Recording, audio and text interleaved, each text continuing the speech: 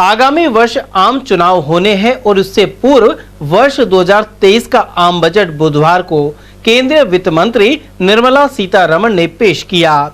इसमें आयकर छूट की सीमा बढ़ाने, टीवी और मोबाइल सहित कई वस्तुएं सस्ती करने एवं महिलाओं के लिए 7.5% ब्याज वाली बचत योजना सहित कई लुभावनी घोषणाएं शामिल हैं। महंगाई बढ़ने के लगते आरोपों के बीच गरीब तबके को 1 साल और निःशुल्क अनाज का ऐलान भी किया गया है। वहीं बजट को लेकर विभिन्न प्रतिक्रियाएं सामने आई हैं। बुधवार को हर तरफ आम बजट की चर्चा रही। इसे लेकर प्रतिक्रियाएं जानने से पहले आम बजट 2023 के प्रमुख प्रावधानों पर डालते हैं नजर। इनकम टैक्स छूट की सीमा 8 साल बाद आखिरकार बढ़ गई है। मिडिल क्लास के लिए राहत यह है कि 7 लाख रुपए तक की आय पर कोई इनकम टैक्स नहीं लगेगा। वहीं निचले तबके के लिए गरीब कल्याण अन्न योजना में मुफ्त अनाज 1 साल और मिलेगा। रोजगार को देखें तो युवाओं के लिए स्टार्टअप फंड और 3 साल तक भत्ता जैसी योजना भी शामिल की गई है। आदिवासी क्षेत्रों पर फोकस करते हुए ऐसे गांवों के विकास के लिए 15,000 करोड़ दिए जाएंगे। महंगे सस्ते की बात करें तो एलईडी टीवी और मोबाइल सस्ते होंगे। सिगरेट पर टैक्स 16% बढ़ा दिया गया है। गौरतलब है कि इस साल 9 राज्यों में और अगले साल आम चुनाव है। इसका असर बजट भाषण में दिखा। अब सालाना 7 लाख रुपए तक की कमाई होने पर इनकम टैक्स नहीं देना होगा। यह छूट सिर्फ नई टैक्स रिजीम के तहत मिलेगी। अभी भी इनकम टैक्स रिटर्न भरने के 2 विकल्प बने रहेंगे।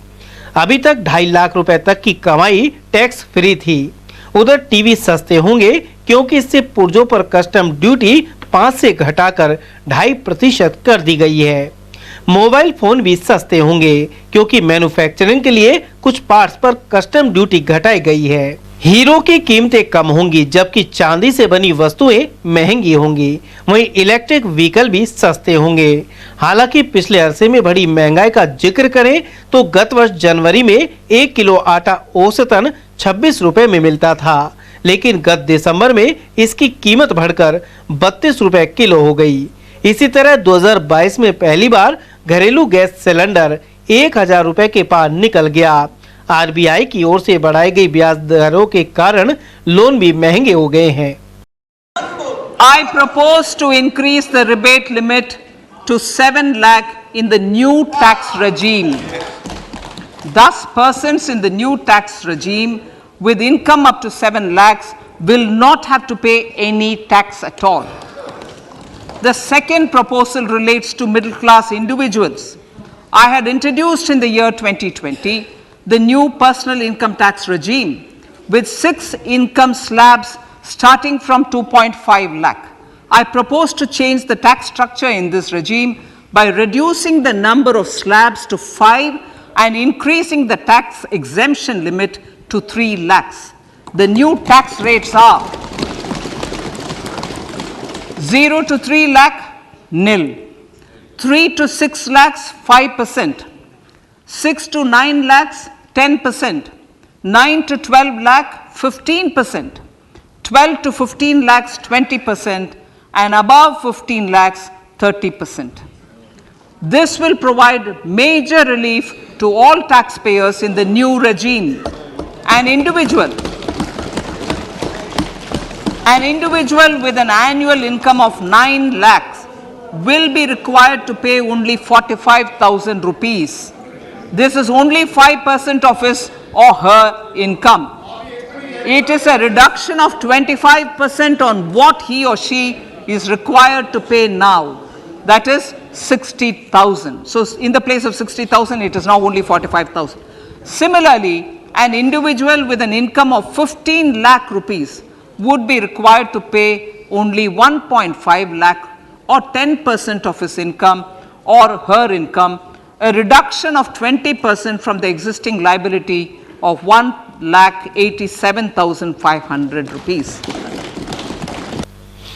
उधर किसानों को लेकर हुई घोषणाओं के तहत सरकार ने कृषि क्रेडिट कार्ड 20 लाख करोड़ बढ़ाने की घोषणा की है। इसके अलावा digital public infrastructure for agriculture से किसानों को खाद बीज से लेकर मार्केट और स्टार्टअप्स तक की जानकारी मिल सकेगी।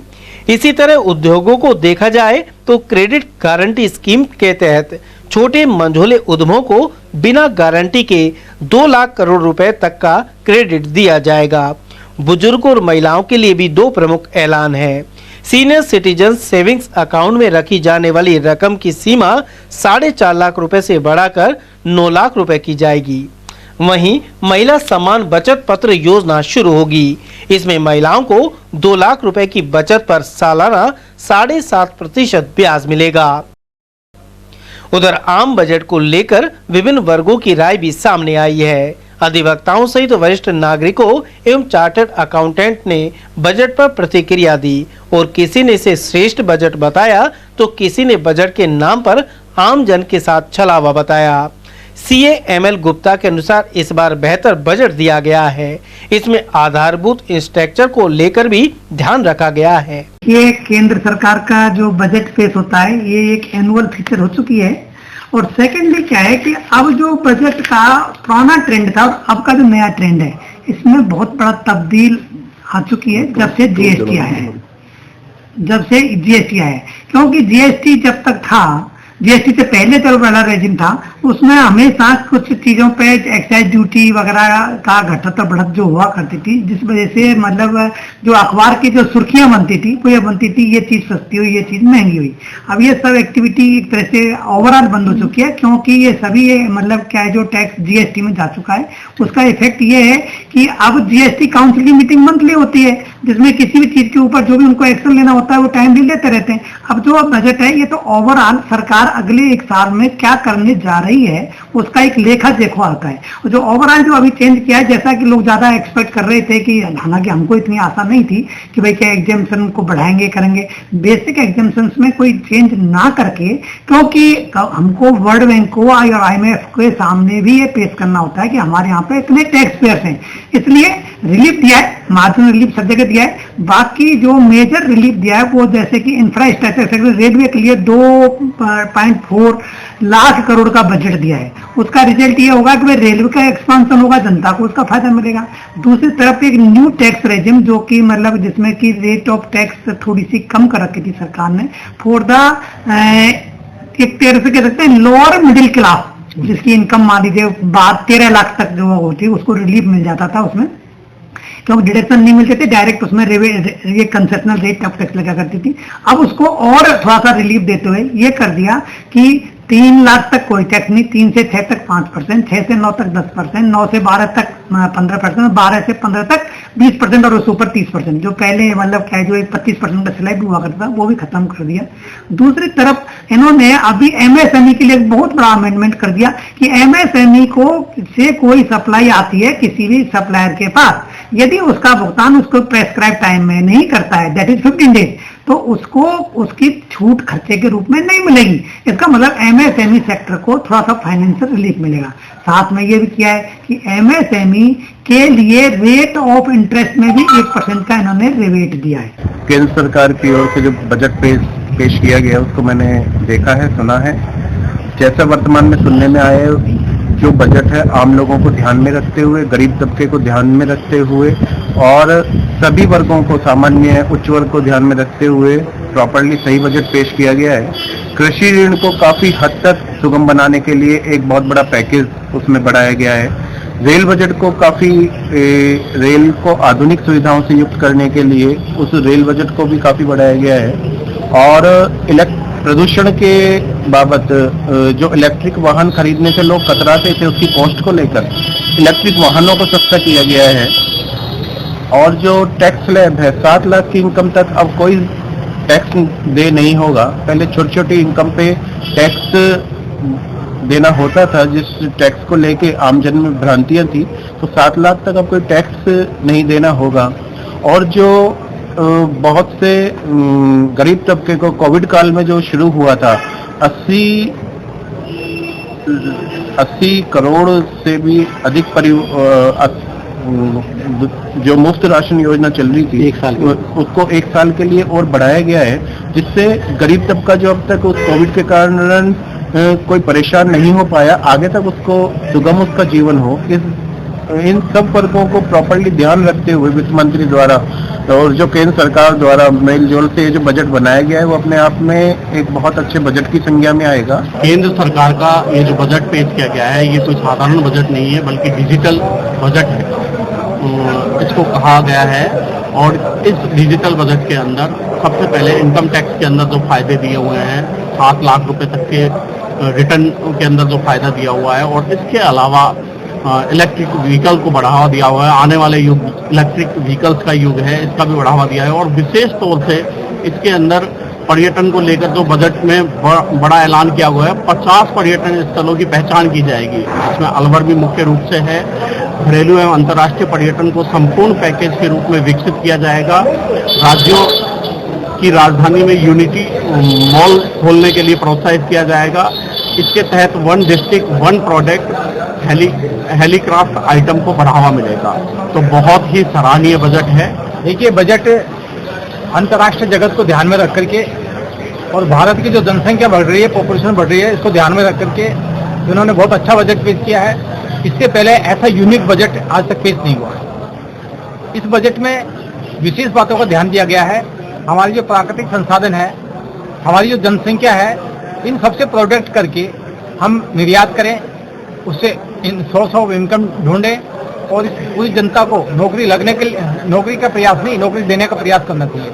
जब हम ऐसे बजट के साथ में चलेंगे तो निश्चित रूप से आने वाले समय में विश्व की जो सबसे बड़ी आर्थिक शक्ति होगी वो भारत होगी, और इसका सम्मान करते हैं। बहुत अच्छा बजट हुआ है और मैं चाहता हूं कि आने वाले समय में इस बजट के आधार पर योजना बने और योजना बना करके और जनता इसका सम्मान करे। सम्मान करके इसके अनुसार केंद्र सरकार जो कदम उठा रही है, इसके अनुसार कदम से कदम मिला के बढ़ेंगे तो निश्चित रूप से हम आने वाले विश्व की आर्थिक शक्ति के रूप में उभरेंगे। केंद्र सरकार ने बजट पेश किया है, ये आम जनता की भावनाओं की बेकदरी है और ये है इस तरह का बजट है जिससे कोई लाभ अंत में भी नहीं होने वाला और अब तो होगा ही नहीं।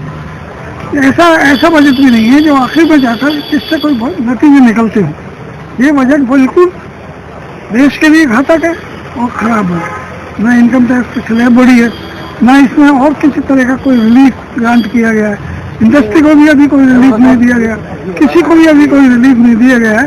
मेरी राय में इस तरह का बजट पेश करना केंद्र सरकार केवल अपनी मोनोपोली दिखाने के लिए पेश किया है, जिसकी कोई वजह नहीं है और जिससे कोई फायदा किसी भी आम लोगों को या देश को या राज्यों को नहीं होना। वहीं कांग्रेस की ओर से इसे सिर्फ घोषणाओं का बजट करार दिया गया है। पार्टी नेता SR यादव के अनुसार बजट में जुमलेबाजी तो बहुत है, लेकिन विशेष राहत प्रदान नहीं की गई है। जुमली सरकार का, जुमला देने वाली सरकार का जुमला ही बजट है। ये यूं कहें भूख मिटाने वाला बजट नहीं है, भूख से मारने वाला बजट है।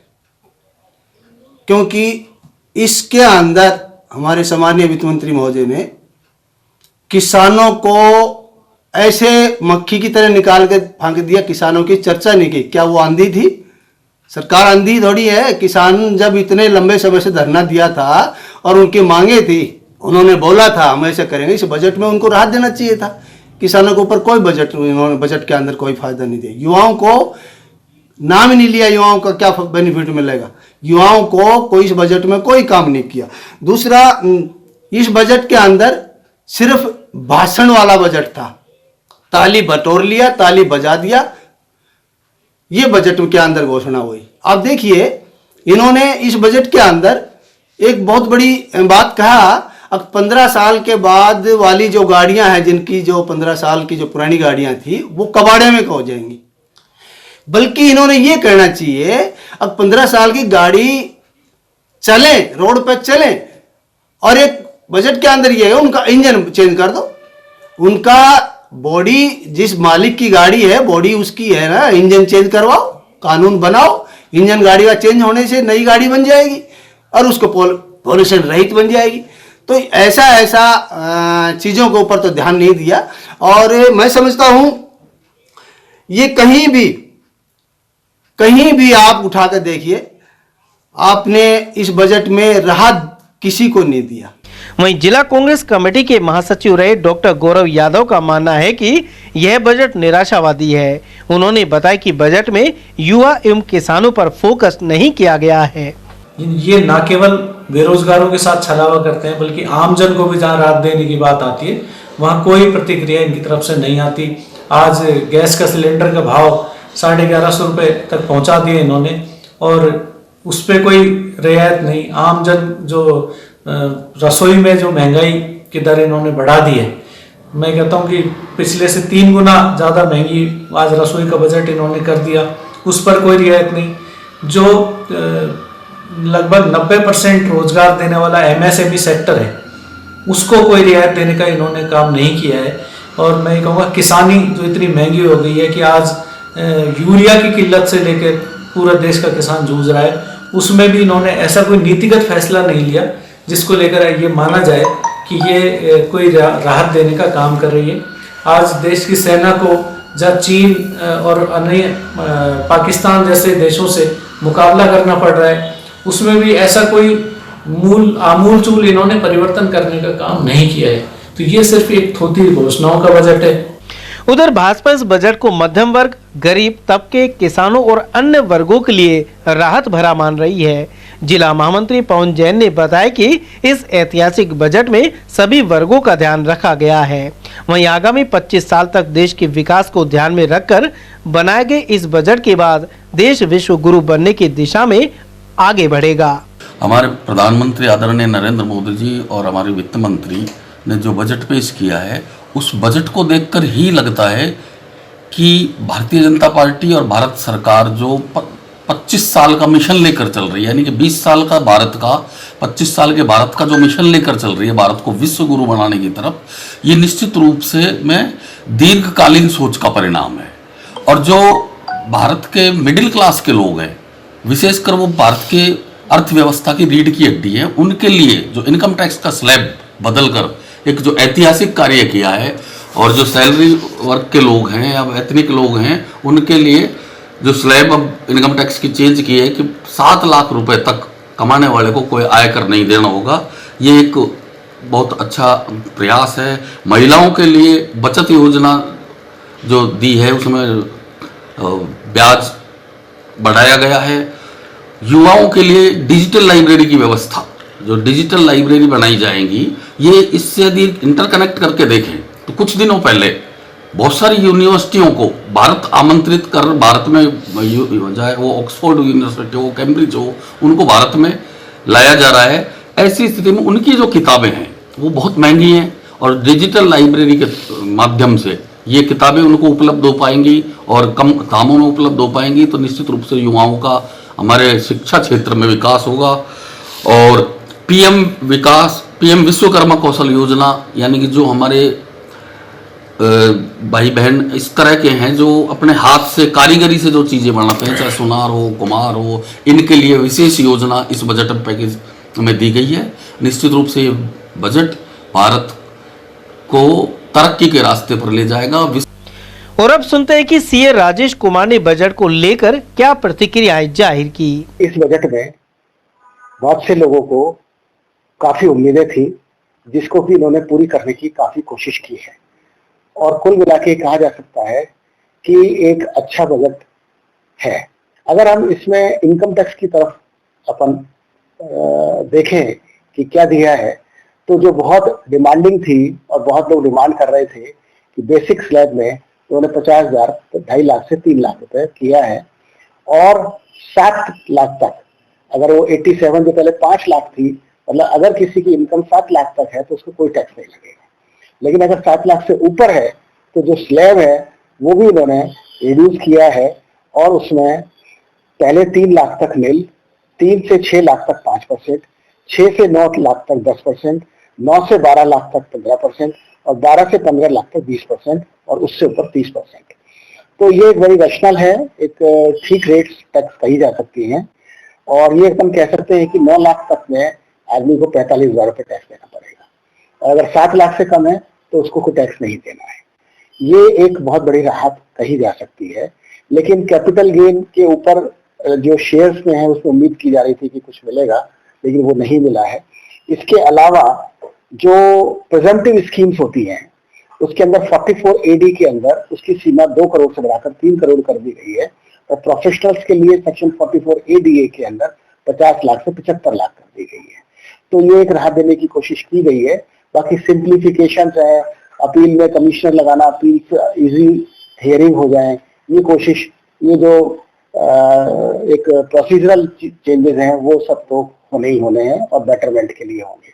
कुल मिलाकर आयकर छूट बढ़ाने जैसे कुछ महत्वपूर्ण प्रावधानों के बावजूद बजट में महंगाई कम करने को लेकर सीधी घोषणाओं का अभाव बताया जा रहा है।